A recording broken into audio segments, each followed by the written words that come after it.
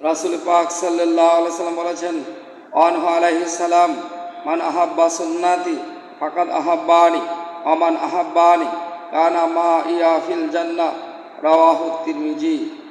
রাসূল পাক সাল্লাল্লাহু আলাইহি সাল্লাম বলেন, যে আমার সুন্নতকে মহব্বত করিল সে আমাকে মহব্বত করিল, আর যে আমাকে মহব্বত করিল সে আমার সঙ্গে বেহেশতি হইল।